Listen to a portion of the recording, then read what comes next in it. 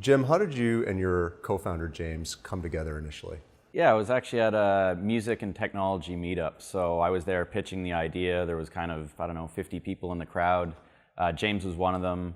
And, the idea just really resonated with his background. So he was a music producer, software programmer, worked on networking and voice-related technology before.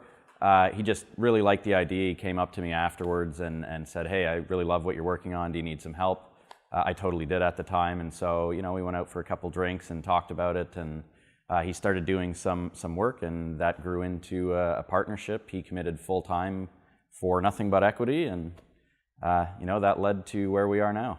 The partnership that you formed has obviously already survived 3 years, but it's a long road building a business. Can you talk a little bit about some of the challenges you've encountered so far and how you overcame them? Yeah, so probably the biggest challenge is just finding funding in the first place. So it's it's tough to commit full time to something when you've got no income coming in, and we ended up drawing it out pretty long. Where it's like, okay, is this going to happen or is it not? Are we going to have to, and we were having conversations with everybody, like how much longer can everybody that's involved right now stand to work without any pay, and it all ended up, which is always a scary consideration, right? That's it.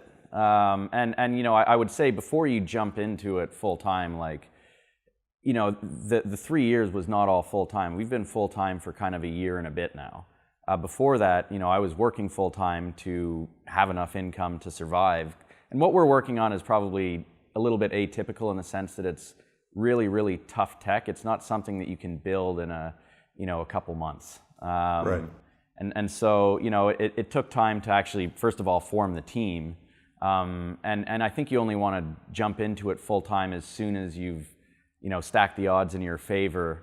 And for you, was that some seed capital or was some early customer validation, or what does stacked cards in your favor look like for you? Yeah, so for us, so James actually committed full time before I did. I had been around kind of working on the idea, getting things set up a year prior to meeting James in the first place. But then I was working full time and came across him. He committed to working full time on the code, got us over enough technical humps that we had a really well functioning prototype that we could show to Techstars. Techstars is really well respected accelerator.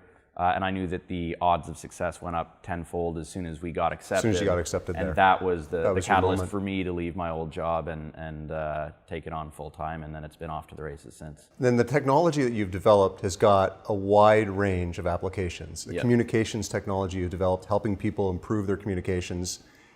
How did you narrow to this first use case that's all about turn me up? Yeah, that's probably the hardest thing, and we're still not 100% done that. That's going to be an ongoing process. But there's a lot of different dimensions. One of them was behavioral. So where do people already wear their headphones a lot? Because right now, where the technology stands, you need to have headphones to make it work well. So the technology angle, like what is it ready for? That's another kind of dimension that we've always been considering. In terms of the handsets themselves, the devices themselves? The devices, and that relates to, we first built for iOS. So where can we use iOS?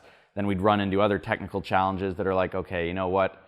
We've already done iOS. It's pretty easy to build a Mac app on, 70% of the same code. That's going to get us around these limitations on iOS. And once we've got a Mac client, then the Office becomes a very it's a much more controlled environment where you've got better network access. You don't need to worry about integrating individually with every different sort of music service. And when we had done a lot of our early testing with the iOS devices, we just kind of ran around different co-working offices, having no idea that at the time that we were going to target remote working teams as kind of a first use case. But we'd hand it to them and just watch how they used it, and they'd say, "Oh, this would be awesome. I have somebody who works from home on the team, or they work from a different office, and they feel disconnected." And the first one was actually just a Bluetooth voice connection, and they said, "Hey, if you guys did this over the internet so that I could stay connected while listening to my music at work, and somebody working from home could just chime in spontaneously as if they were working in the same office under the same roof, that would be awesome." And we had a lot of people tell us the same thing. So that kind of early testing guided us in that direction. Putting all of that early customer feedback together to sort of iterate on what you were doing got you sort of that first use case. That's it, and that was one more kind of dimension. Another dimension would have been just talking to a lot of different investors. So we were at Techstars and we had to pitch a lot of investors, mentors, and we'd see what interested them and what didn't. So I think overall it's like finding the path of least resistance.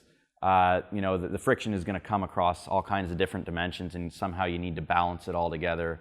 The office ended up being that for us. Partnership was another one. So we had been speaking with Slack, who's obviously very dominant in the enterprise collaboration, office communication space, exactly. And so when they got interested in what we were doing and came on board, then that was just kind of just one more thing that said, okay, yeah, we're going in the right direction here.